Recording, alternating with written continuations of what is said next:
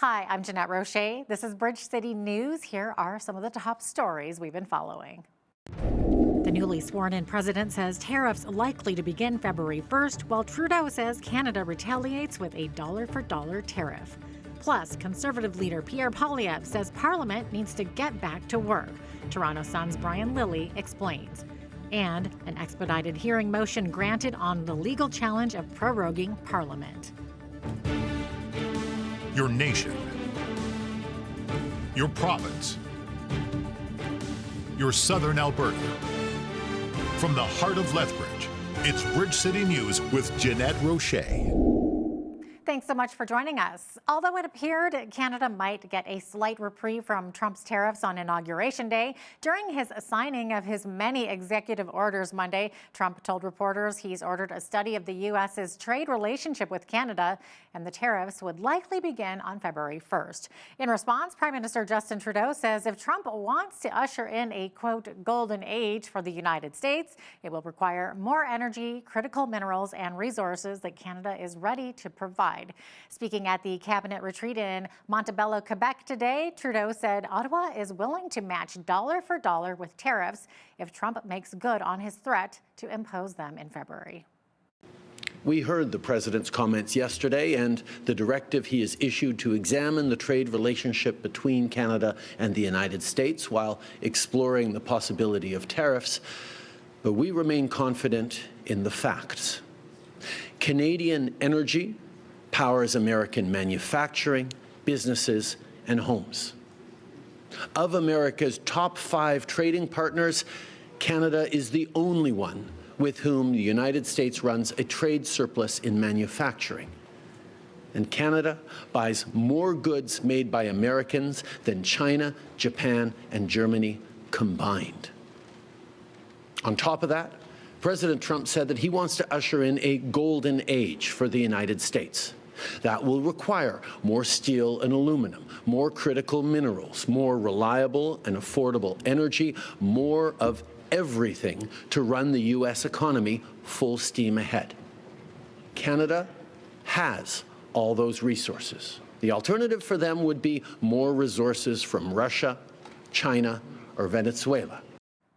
As Trudeau gave his plans in dealing with Trump's tariff threats, Conservative leader Pierre Poilievre issued a statement calling for Trudeau to recall Parliament. Brian Lilley, political columnist for the Toronto Sun, explains. And he points out that hey, the government's announced a more than $1 billion border package. That hasn't been voted on by Parliament. It needs a vote in Parliament. Before you can act, we need to talk about retaliatory tariffs. Poilievre is saying we need to act on the border, we need to recall Parliament, we need MPs having a say in this and not just, letting, what did he say? He said the Liberals have put their party first and shut down Parliament so they can have a leadership race in the middle of this crisis. Coming up later in the show, Brian shares more on the potential impact of Trump's tariffs and how deep divisions in Canada have been exposed. And despite Poilievre's comments, Finance Minister Dominic LeBlanc says Canada is prepared if President Trump levies 25% tariffs against Canada next month, claiming that Ottawa has a potential response scenario ready. The premiers were in Ottawa last week. We agreed on a series of measures that we could enact if the United States government decides to do this. Bloc Québécois leader Yves François Blanchet has a counter-argument to that of Trudeau and most premiers. He says Canada is playing with fire by suggesting it could cut oil or electricity exports to the U.S. if Trump makes good on his promise to impose tariffs. Blanchet says Canada's best response is counter-tariffs, and it would be, quote, absurd to cut energy exports. His stance aligns with that of Alberta Premier Danielle Smith, who stood out among premiers by ruling out cutting the U.S. off from the province's oil. And while Blanchet supports responding to U.S. tariffs with counter-tariffs, he said Canadian leaders should avoid talking about retaliation or a trade war, terms that Foreign Affairs Minister Mélanie Joly used frequently last week in Washington, as did Quebec Premier François Legault on Monday evening. Meantime, Premier Smith says Canada has a short window to highlight the trade relationship with our country and the U.S. amid President Trump's tariff threat. At a media roundtable held earlier today, she said our best approach is to focus on diplomacy and refrain from talk of retaliatory tariffs. We think that we should be talking about addressing the trade deficit by how we might be able to have more cross-border trade in goods and services. The point I've been making is that if you take energy out of the mix, Canada actually buys more U.S. goods and services than the Americans buy from us, about $58 billion, according to a national bank survey. We can always look at ways we can buy more, whether it's military equipment, whether it is the infrastructure for more electricity, gas turbines, transformers, or whether it's AI data center technology and other products. Number three, I think we do need to double down on border security. It's quite clear from the executive order around the southern border that the issue of illegal fentanyl and gangs and migrants is top of mind for this presidency, and we want to make sure that Canada is seen to be a partner in border security. I think there's been some good measures that have been announced, and we have to execute on those. The whole reason for the tariffs, of course, is Trump saying Canada needs to secure its border more into the U.S. So here are some figures on border encounters, drug seizures, and trade into America. From October 2023 to September 24, over 9,900 kilograms of fentanyl was seized at U.S. borders. Of that, 20 kilograms was seized at the U.S.-Canada border. Of the 2.9 million apprehensions and expulsions at all U.S. borders, close to 200,000 were at the Canada-U.S. border. And during this period, approximately $2.5 billion U.S. dollars of daily trade crossed the neighboring countries, and there were 8 million U.S. jobs tied to Canada trade. In other news, the Justice Center for Constitutional Freedom says Chief Justice Paul Crampton granted a motion for an expedited hearing in the legal challenge to the Prime Minister's decision to prorogue Parliament until March 24th. On January 6th, Trudeau announced the decision to advise the Governor General to shut down Parliament for 11 weeks. Lawyers acting on behalf of David McKinnon and Aris Lavranos of Nova Scotia filed a federal court challenge to the decision to prorogue Parliament, citing concerns about the negative impacts of that decision on democracy, the rule of law, and the ability of Parliament to respond to, quote, the grave challenge of President Trump's foreign policy. On January 18th, the justice granted a motion for an expedited hearing, citing in part that the federal court hearing the case after Parliament resumes would deprive the applicants of access to justice. That case is scheduled to be heard February 13th and 14th. Now, we've been talking so much about tariffs, proroguing Parliament, and the tongue-in-cheek argument of Canada becoming the 51st state that it's easy to forget there are other big issues on the table, such as the carbon tax. Right now, there are 3 official candidates running for leader of the Liberal Party, but where do each of them stand on the carbon tax? Well, here to weigh in is Franco Terrazzano, the federal director of the Canadian Taxpayer Federation. Franco, welcome. So what stance is each of the Liberal leadership candidates taking when it comes to Canada's controversial carbon tax? So let's start with Mark Carney. You know, Carney is running on his expertise as a former central banker, yet his response to the most obvious question about carbon taxes provided very little clarity other than some vague suggestion that he may be working on a replacement scheme. But here's the thing, Carney will have no shreds of credibility unless he can provide a crystal clear answer on the most important question of affordability, which is, will you scrap the carbon tax? But so far, we haven't heard a clear answer from Carney.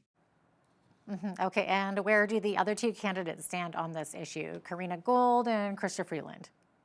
Freeland's answer was more clear than Carney. Now, there's still some questions, but, you know, Freeland on TV said that she would be against the consumer-facing carbon tax.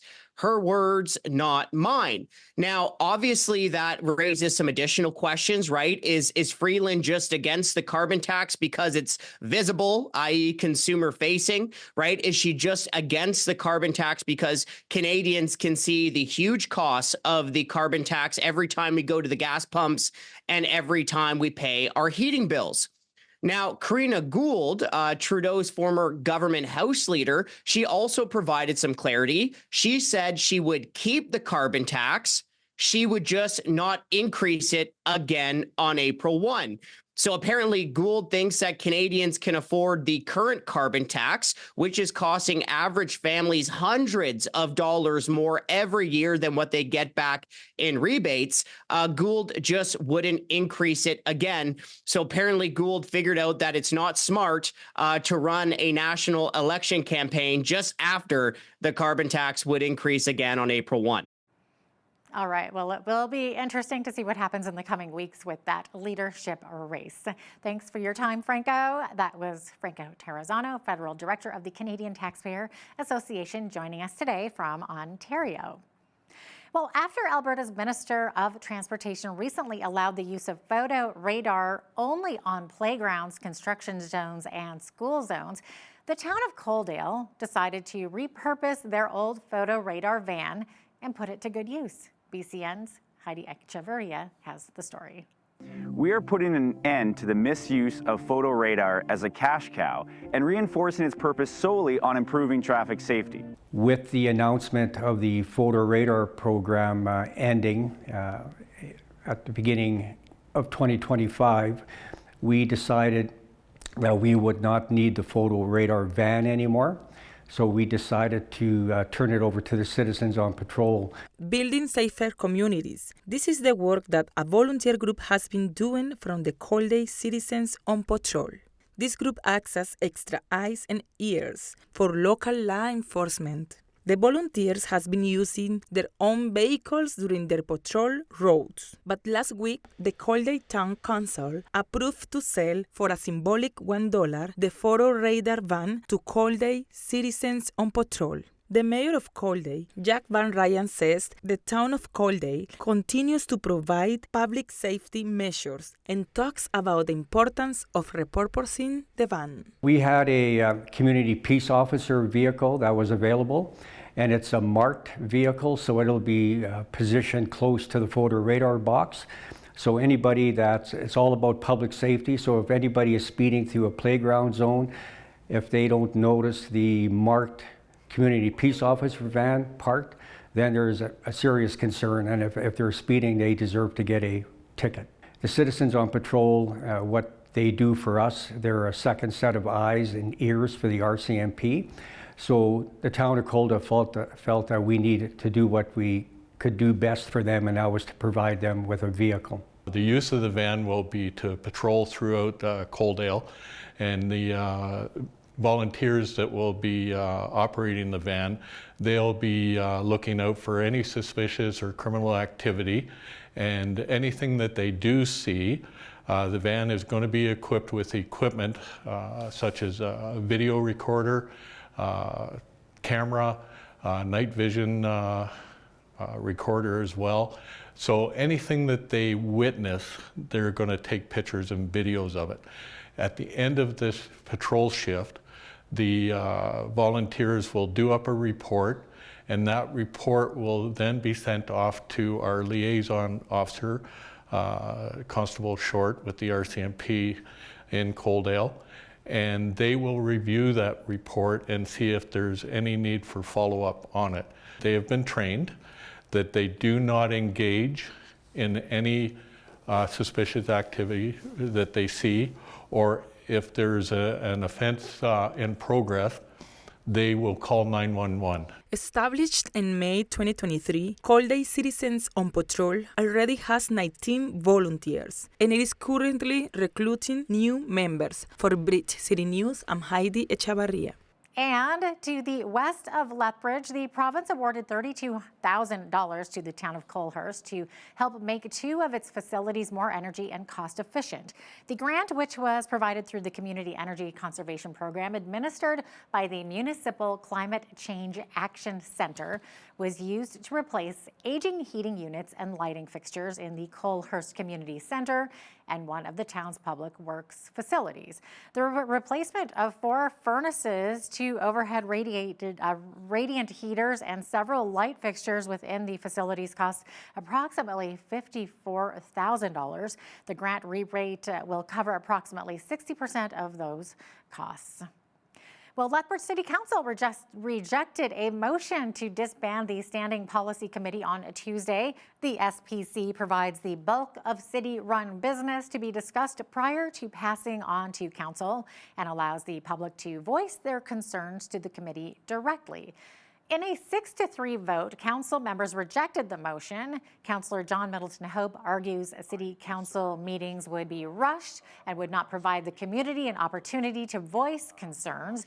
And Councillor Mark Campbell says this would consolidate power onto council. City Council unanimously approved 2 other pieces of official business, including adopting the CUTA Transit Code to ensure a safer and more respectful public transit environment, and introduce an optimal balance range for the Municipal Revenue Stabilization Reserve.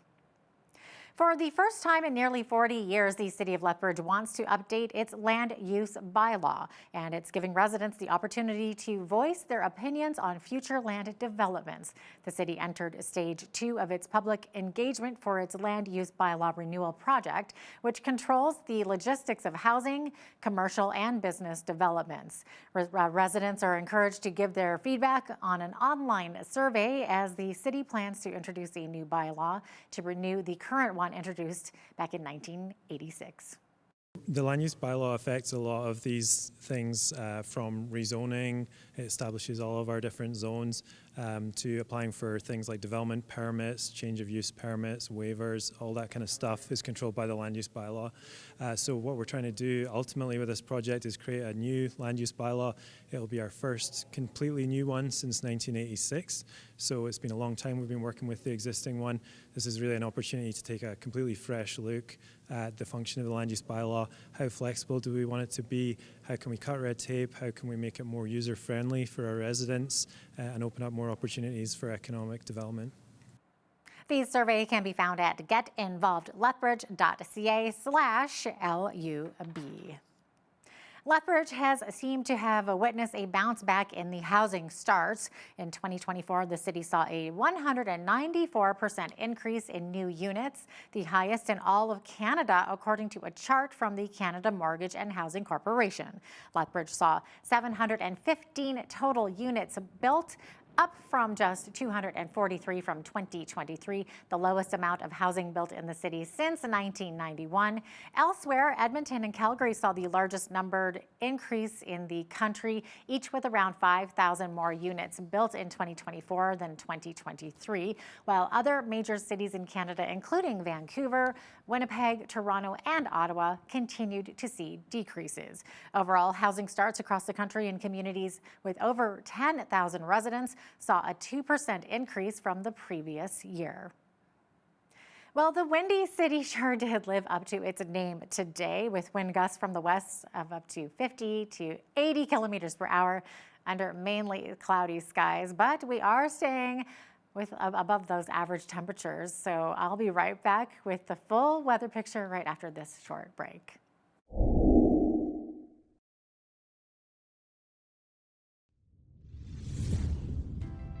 Well, welcome back. It was so nice to see that mercury above the freezing mark today. Last I saw, it was actually got up to 1 degree, past our expected high of 0.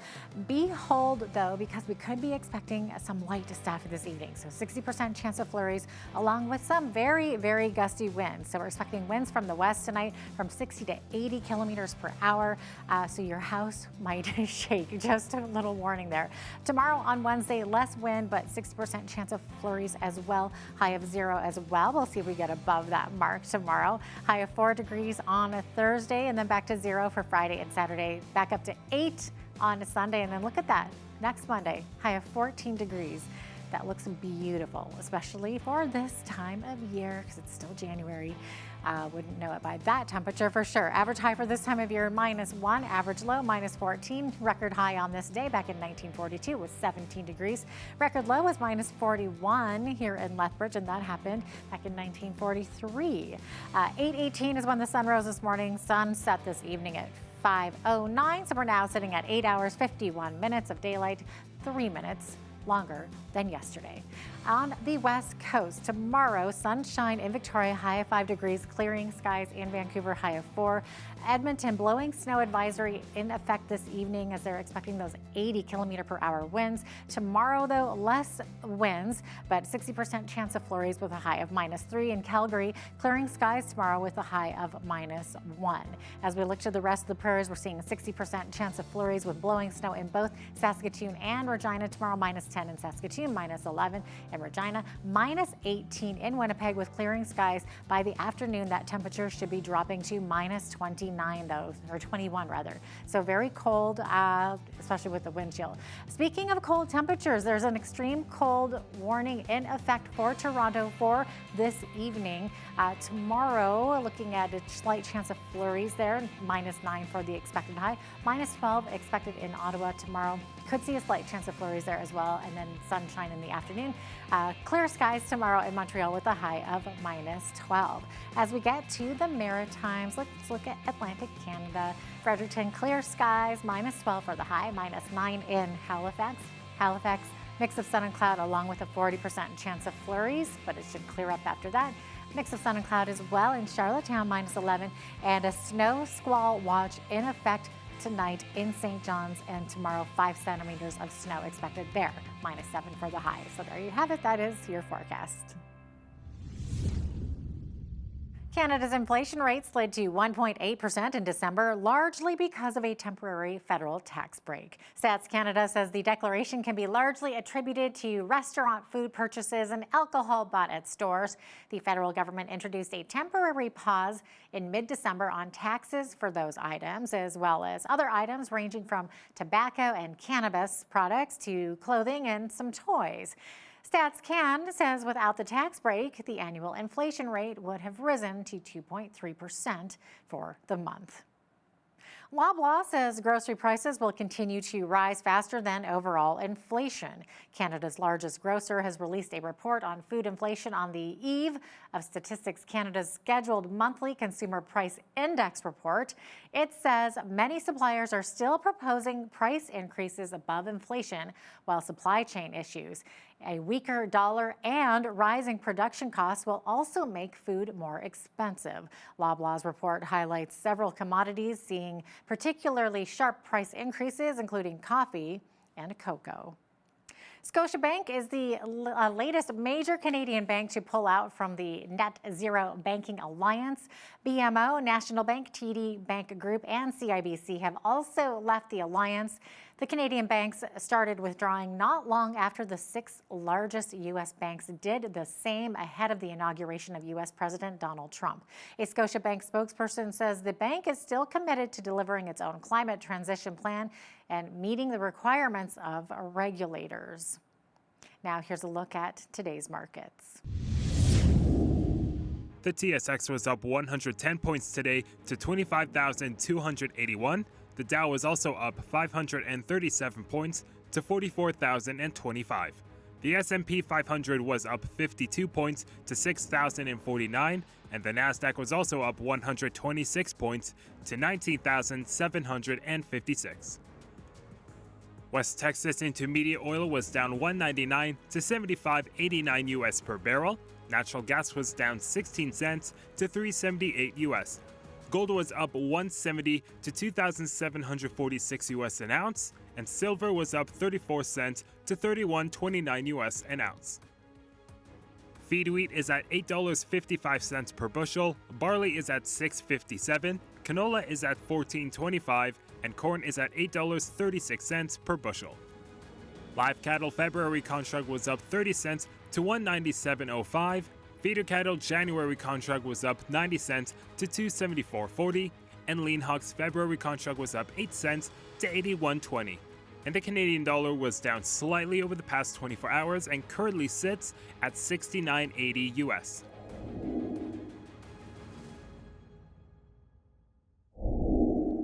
Recapping one of our top stories today, although it appeared Canada might get a slight reprieve from Trump's tariffs on Inauguration Day, during his signing of his many executive orders Monday, Trump told reporters he's ordered a study of the U.S.'s trade relationship with Canada, and the tariffs would likely begin on February 1st.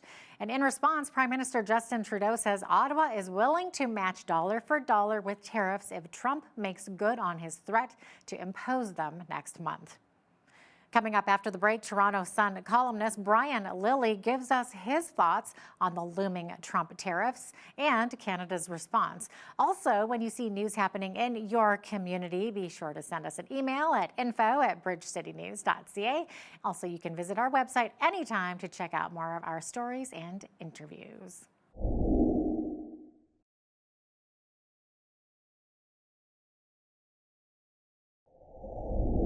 Well, for a fraction of a minute there, it looked like we might get a reprieve from tariffs as the tax on the Canadian imports of the U.S. was expected to take effect on day one of President Trump being in office.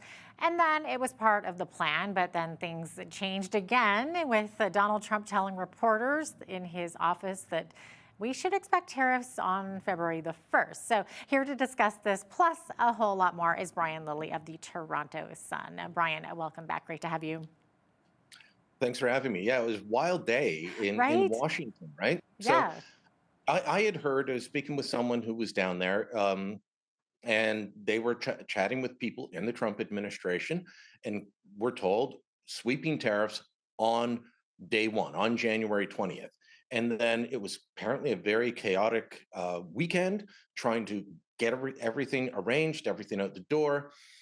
Trump changes his mind, and then there's going to be this panel to look at trade with Canada, Mexico, and China and try and deal with what they see as trade imbalances. And that would be put off till like April 1st. And then as Trump is just chatting with reporters in his office, signing a big stack of executive orders, he's asked about it and he says, well, we should expect them by February 1st. And Canada's really bad. So we're in a bit of a tough spot right now. Yeah, for sure. It seems as though, they're seemingly subsiding and then they're not. So a little bit of back and forth there. But Trump showed how serious he is about tariffs when he said during his inaugural address that he will make America rich with taxes and tariffs on other countries and from the External Revenue Service. So you've looked at the people around Trump, Brian. How serious are they about implementing these tariffs? They are true believers in tariffs, and his announcement that he will establish the External Revenue Service, I think, says it all. I mean, we all know about the IRS. We hear about it. It's part of pop culture, even for us up here in Canada. But the ERS, the External Revenue Service, he's planning on replacing as much other taxation as he can with taxes and tariffs on anything imported. So look, you look at someone like Peter Navarro, who has been appointed as special advisor on trade. Navarro has written extensively about tariffs before. This is a guy who believes that globalized trade has really put the American worker in a bad spot. Now, he's had specific issues with China, but overall, he's not a big fan of NAFTA, Navarro. So what we now call CUSMA or USMCA or whatever you want to call it. He's not a big fan of these deals, and he is a believer that tariffs will bring manufacturing and production back to the United States. So these tariffs are going to be in place, whether it is Alberta oil or car parts in Ontario. It looks like we're all going to get hit. And the only good news that I've heard lately for Alberta is that Trump also said, going to stop buying oil from Venezuela. And of course, one of the places you would go to replace Alberta heavy oil, if it got too expensive due to tariffs, is Venezuela. And Trump is saying, nope, we're not. We're going to put a moratorium on Venezuelan oil. So that's the good news. The tariffs, that's the bad news. For sure. And of course, just this morning, Prime Minister Justin Trudeau giving his fullest response to Trump. And I understand he's threatening a dollar for dollar retaliation on tariffs, Brian. So what exactly did he have to say? And is he still talking about export taxes on oil? He wouldn't get into specifics. He would simply say all options are on the table. And of course, we know that Premier Daniel Smith thinks that oil should be off the table. There is a good chance that Trump still tariffs oil, and then we don't have to think about export controls or export taxation on Canadian oil headed to the U.S. He'll put the tariff on. So Trudeau has not been out there that much in responding to this. He's at a cabinet retreat in Montebello, Quebec. It's about an hour's out drive from Ottawa on the Quebec side of the Ottawa River. And he came out, he sounded serious. He seemed like he was saying some of the right things. But I'm not sure that retaliation is the wisest move. And I'm not sure that it's going to help in the long term, because the impact of our exports to the US on our economy is far bigger than the impact of their exports to Canada.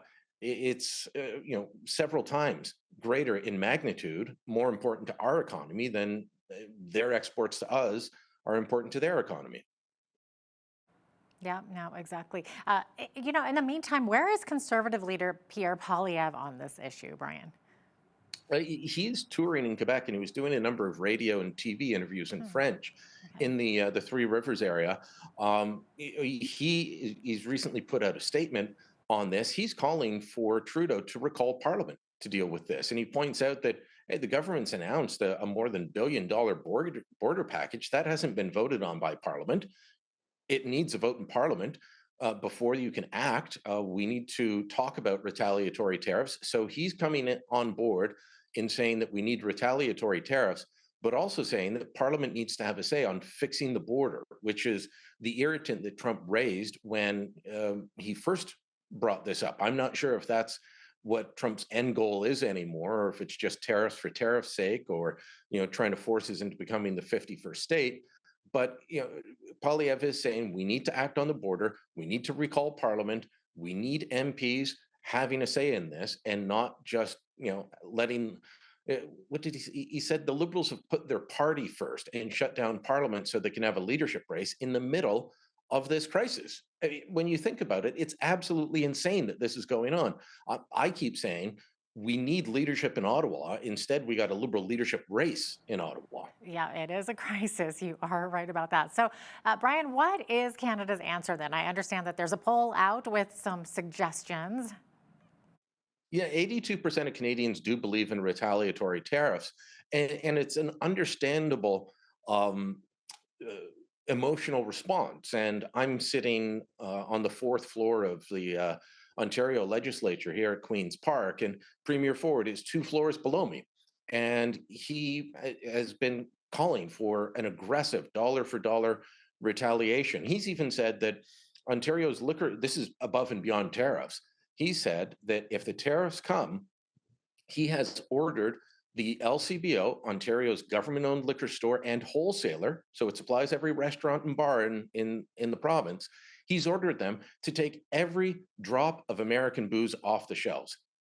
That might get noticed, but again, we're into a trade war where we're the weaker partner, and I'm not talking Canada down here. It's just that 76% of our exports go to the US. About 17% of theirs come to us. It's about 20% of our GDP. It's about 1.5% of theirs. So that, like, the imbalance. Of course, I'm not sure that I have a good answer, but that is the emotional response that is driving a lot of Canadians right now. Yeah, well, there you go. There's the numbers, and facts are facts. So really, what can you say And even about in that? Alberta, Yeah. I think it's in the 80% range in Alberta support retaliatory tariffs. Wow. That same poll that we were talking about a moment ago with the 82%, it also shows that at least 3/4 of Canadians want an immediate election to give the next government a strong mandate to deal with Trump's threats, right? Yeah. 77% say there should be an election now, that we need a government with a strong mandate, which makes sense. I mean, Trump has made fun of the fact that Trudeau is leaving. Elon Musk, who is seemingly by Trump's side all the time, replied to a post that Musk replied to a post that Trudeau made saying, doesn't matter, you're not the governor of Canada anymore. Needling a little bit with the term that Trump has used for him. They know that he's leaving. They know that he is a lame duck, that he has no power. So why would they deal with him? And Mark Carney and Chrystia Freeland, the two frontrunners for the Liberals, if they become prime minister, they don't have a mandate either. I mean, being elected by 14-year-olds in the Liberal Party does not give you a national mandate. So we need an election. I still think Pierre Poilievre and the Conservatives would win it. Things are changing, but we should have had an election. Now, Brian, you were writing over the weekend that Trump's threats towards Canada have united us in some ways, but also exposed some deep divisions in Canada. Of course, you were talking about Alberta and the backlash over the stance taken by Premier Danielle Smith. Yeah, look, you've got an awful lot of Canadians talking about how proud they are of our country, including some who just before this we're still talking about us being a genocidal state based upon racism and white supremacy and talking down the country at every turn. No pride in our history. Justin Trudeau told the New York Times just after he was elected, of course, he famously said that Canada has no core national identity. There's no mainstream, that we're the first post-national state. He's also called us a genocidal state. Now they're all wrapping themselves in the flag. So there's an outburst of patriotism because I don't think most Canadians want this country to become part of the USA. But so that's the good side. Donald Trump has Canadians being patriotic again. I didn't have that on my bingo card, but there we are. But at the same time, there is this deep divide in along the East-West split. I can't believe some of my colleagues in the media business calling Danielle Smith a traitor. I know Rick Bell at the Calgary Sun, he's been writing in defense of her, and so have I. I can understand her position. I can understand Doug Ford's position. They're each looking after their own constituency, calling them traitors, constantly talking down a large part of the country. I mean, do these folks not travel to Calgary? Do they not go to Lethbridge? Do they not visit Saskatoon? Probably Straight not. across Saskatoon and Alberta, well, I do. And I've been hearing from people who are talking about how angry they are. Some of them, they don't like the retaliation argument. They side with Premier Smith. Others simply don't like the way that Alberta is being used. I mean, the Trudeau government has abused your biggest industry for nearly a decade and tried to shut it down. And just recently with the emissions caps, which are production caps, it was an attempt to hobble Canada's oil industry. And now it's seen as the #1 bargaining tool for dealing with Trump. And suddenly Alberta oil is Canada's oil, and it's something that we all need. You pick a lane, and preferably one that isn't driving division in the country. It's very sad to see. If this isn't handled well, I think it will lead to an increase in Western separation sentiment at the same time as the Parti Québécois is running to be the next government, and they're in the lead in the polls in Quebec, and their leader is promising another referendum on separation for Quebec. Okay, Brian, almost out of time here. So really quickly, as we were talking about getting Parliament back into work there's some lawyers acting on behalf of two men from Nova Scotia. Now, they filed a federal court challenge on the decision to prorogue Parliament, citing concerns of the negative impacts on democracy, rule of law, and Parliament's ability to respond to Trump's tariff threats. So the current update is that the Chief Justice has granted a motion for an expedited hearing on the legal challenge, which will occur on February 13th and 14th. What are your thoughts on all of this? Well, look, it's a long shot to try and do this because royal prerogative, which is how prorogation is granted, is very wide and sweeping in Canadian democratic tradition. There was a case, though, in 2019 where someone successfully sued over Boris Johnson in the UK doing prorogation, and it was argued that it was unconstitutional and Parliament was recalled. Our courts do love looking at other jurisdictions and bringing in their laws and their decisions. So this could happen. I'm surprised that they got the hearing, and it was a 30-page judgment from the Chief Justice of the federal court on why they granted the hearing.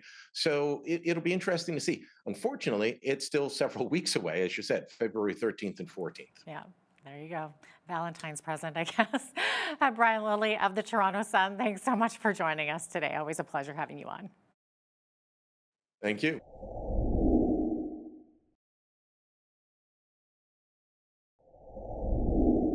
Albertans should be able to feel safe in their homes and communities, whether they live in a big city or a rural area.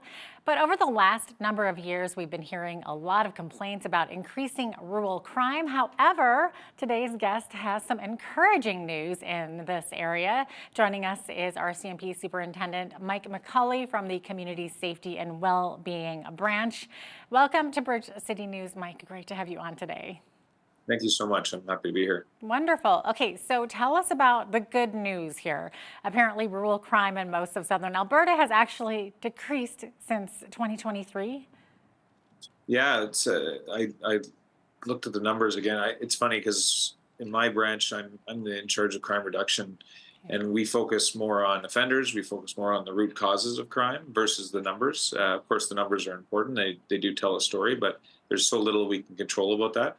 But it is extremely positive to hear that many of the main drivers of crime in rural Alberta and especially in southern Alberta have decreased. Break-in enters are down 18% over the same period of last year. Theft of motor vehicles are down around 22%, and theft of over 5,000 down around 17%. So those are very encouraging numbers. That is really encouraging. I know, like, I was looking at some stats as well from what you guys, RCMP, are saying. So from January to March, it looks like compared to the same period last year, there have been even like fewer person crime offenses, person against person, I guess that is, 76 less, 213 fewer property crimes, and 373 less total criminal code offenses. And like you said, break-in enters dropped 18.4% in vehicles. So what do you think is leading to this wonderful news that it's kind of, we're seeing this significant decrease? Yeah, so there's a few things I'll speak to. It's to be completely blunt, there's not a lot we can do to control the numbers. There's work we can do to, again, we tackle the root causes of crime, we tackle the root causes of victimization, and I think, and I'll share some of that. And all we can do is do the best we can in those areas and to provide the most programming to help Albertans and to try and counteract this. But I can tell you that in the last 5 years, there's actually been around 33% drop in those key property crime areas in southern Alberta, which is massive. And in 2020, they created the position I'm in now. I wasn't the original member in that position, but they created the crime reduction strategy portion of policing in Alberta, and they really put a focus on rural crime and a focus on tackling those root causes. And we saw a major decrease that first year and a half, and then it leveled off a little bit. And in 2 years ago, we created the Community Safety Wellbeing Branch, which is an even more enhanced, robust strategy when it comes to tackling these issues. And we're starting to see the benefits of that. Mm-hmm. I will give a lot of credit to the frontline members because the hardworking frontline members, if they're not there to do the policing, none of this matters. None of the programming we can create from a headquarters perspective and a strategy perspective works without those hardworking, dedicated frontline members and our community partners that embrace it. Yeah, exactly. Now, is this the first significant decrease that we've seen in southern Alberta rural crime in several years, or has it been sort of declining for some time now, or do you really attribute it to sort of what you guys are doing, just the difference that's made? Well, I'd like to take some credit. Of course.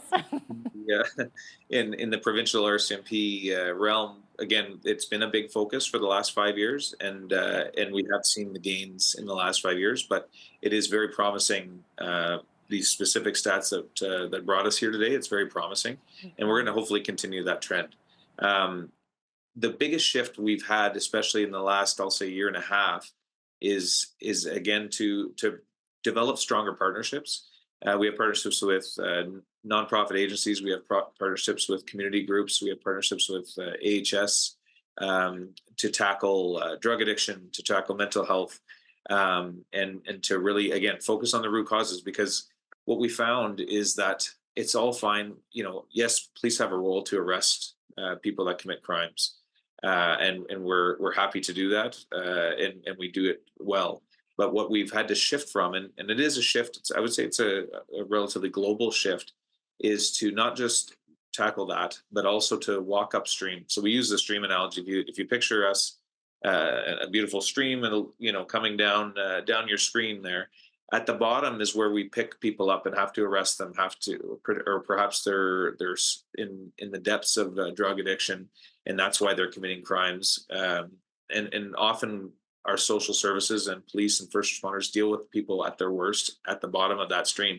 What we've tried to do is, how about we walk upstream and find out why they're falling in and ending up in that sad state of affairs at the end of that cesspool, and try and work on some of those reasons before we get there. And I think there's been some good success. That sounds really practical too. Yeah, well, yeah. I mean, it's one of those things. It's when you start doing it, it's like, yeah, of course, I can keep the cycle going and arresting, and the person gets back on the streets. And if we don't give them support and services for, again, addiction is a big driver of crime. If we don't try and partner and find the most, as you said, common sense and realistic solutions for these folks to break that cycle, then we're just going to be keeping the same methods going, and it's probably not going to have any success. Yeah, revolving door for sure. I would imagine that one of the challenges for policing is the huge geographical areas that RCMP have to cover. And, of course, slow response times sometimes can come along with that. So would more officers obviously would be helpful, right? But that normally isn't it's not usually in the budget, right? For government budget to increase the fleet. So have we seen any increases in the number of officers in rural areas or not? Yeah, so with in recent years, there's a thing, and I won't bore you with the details, but called the police funding model. So in smaller communities have had to change their funding structure to pay and contribute towards policing. And what that's done is it's given us, an increase in resources. There has been, over the last 4 years, there has been an increase. It's not as simple as putting a police officer in every corner. That just doesn't work, to be honest. It's about coming up with an overall strategy to increase numbers where they are needed 100% in the front lines, but also to come up with supports and different strategies. So I'll give an example is the crime reduction units that exist. So Southern Alberta and every other RCMP district has a crime reduction unit where their focus is on the highest, the criminals that create the most amount of harm for their communities. And having a team like that, what we've found is you take the top, say 10, or in our case, we deal with the top 100 offenders in the province. And of course, there are some in Southern Alberta. If we focus our energy on those folks, it can actually reduce crime a great deal, because it's not just catching someone who's maybe stealing a loaf of bread. It's going and trying to capture and keep in jail those folks that are causing an enormous amount of harm in communities. Our studies have found, and we use the crime severity index as a measuring stick for our top 100 offenders. And yes, there's the violent offenders that might commit one crime, one heinous crime, and that obviously raises their stats. But we have people that commit over and over again robberies and break and enters and domestic violence, and it's a repeat, as you said, like the revolving doors type of system. We're focusing on those folks, in addition to responding to calls and doing other preventative policing. But by focusing on those folks, if we take them off the street and spend some more time building bail packages and building assistance for the Crown to hopefully get those folks held in jail longer and get longer sentencing, then we're actually preventing a lot more crime than we are if we just kind of take a shotgun approach and try and tackle all of the problems that exist. Mm-hmm. When it comes to like the crime of theft or property theft, are there any specific items that thieves are targeting? Is it mainly machinery and vehicles, or what are you seeing sort of in those rural areas? I don't know if there's any specific things. What I will say is that vehicles are a huge problem in Alberta, theft of vehicles. We do a lot of programming. In the wintertime, we do Project Cold Start, which is focusing on the fact that people leave their vehicles running and go into stores. But outside of that, and especially in rural communities, folks will leave their keys on their dashboard or leave them under their visor and leave the car unlocked. 50% of vehicles are found to be stolen with the keys in the car. That is a massive number. So yes, most of the time criminals are doing crimes of opportunity. So yes, they'll go onto a rural property and they'll see what's out and about. If there's a shed open, that's where they're going to tackle looking for items, and they'll take whatever's available. So it is about target hardening. It is about taking some extra steps.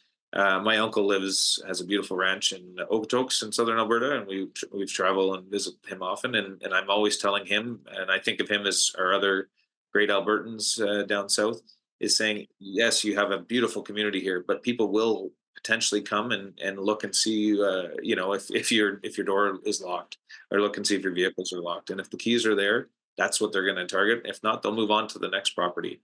So there's a lot of steps we can take to try and prevent that. Definitely. I think rural residents probably don't have that tendency to lock up things as diligently as city dwellers do they?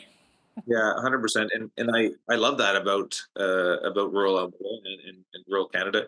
Canada is a safe place. Let's be very honest about this. It's a safe place. However, there's going to be people that'll disrupt that peace, and small steps like locking your doors at night, closing your garage, locking up your sheds, that does do a massive amount of prevention when it comes to rural crime. Mm-hmm. And I understand that roughly half of rural crimes happen between 9 p.m. and 6 a.m., right? So can you maybe tell us about something called the 9 p.m. routine? Yeah, so a 9 p.m. routine, and I'll refer back to my uncle. When we go to visit him with my kids, we go and do chores. The rural crime chore or rural property chores that you have to do, whether it's feeding animals, whether it's just taking care of the property. My suggestion to all rural Albertans and all Albertans, to be honest, is at that time when you're doing your nightly chores, do those extra steps. Like make sure that you leave lights on in strategic areas that you typically do. Make sure you lock up the barn if you have expensive equipment in there. Lock your vehicles up. If you have surveillance cameras, make sure that they're turned on and they're active and working. Close your doors. Do those little things. If you drive by your neighbor's house, in the middle of the night and you see that their garage is open, make a quick phone call and get them to close it. Right. All of those little steps truly will make neighborhoods safer, and you'll be less likely to be victimized. Yeah, that kind of comes back to that rural crime watch, almost like the neighborhood watch, right? Yeah, 100%. And that's bring up a great partner of ours. The Rural Crime Watch is a great partner. We have Citizens on Patrol as partners. All of these things, I call them force multipliers. Police can't be on every corner, as we've said. So if you have the more eyes and ears that are out there is absolutely to our benefit. And it prevents crime, but it can provide intelligence. So we truly encourage every Albertan, if you see something even remotely suspicious, call us, please. Maybe it's nothing this time, but maybe it will lead us to understanding more trends and more patterns, and allow us to better serve the communities and better prevent crime. Mm-hmm. Now, over the years, of course, there's been a lot of debate and controversy over what rural property owners can and can't do to protect themselves. So what are the rules, especially when it comes to using, say, firearms or some other kind of force to protect your own home? So I'll be completely frank. I get this question a lot, and I'm not going to get into the specific rules and intricacies. Every situation is different, but I will give advice. I'm good at giving advice. My advice is 100%, and you bring up a good point for firearms. When we talk about the 9 o'clock rule, we talk about target hardening. I'm actually in the middle of starting a program that's going to be coming through in the near future about like an education program on firearms. We understand Albertans have a right to firearms, and we don't want to get in the way of that, but we do ask Albertans to lock those up. Unfortunately, there's a lot of crime guns that are stolen from good, hardworking rural Albertans that have guns for proper purposes, but they get stolen because they don't necessarily lock them up properly. So that is an item that is important. Now, getting back to your question, because I'm not dodging your question, my advice is this: there's nothing on your property that's worth yourself or your family members getting hurt for. There's just not. So, if you have an option to flee, if you have an option to get out of any situation, whether that's on a rural property, whether that's on a city property, whether that's in a storefront where you are observing crime, leave the crime fighting to the professionals. We're trained. We have proper tools. And that's just that. At the end of the day, I can't get into specifics. There's so much nuance to what could get you in trouble or not get in trouble.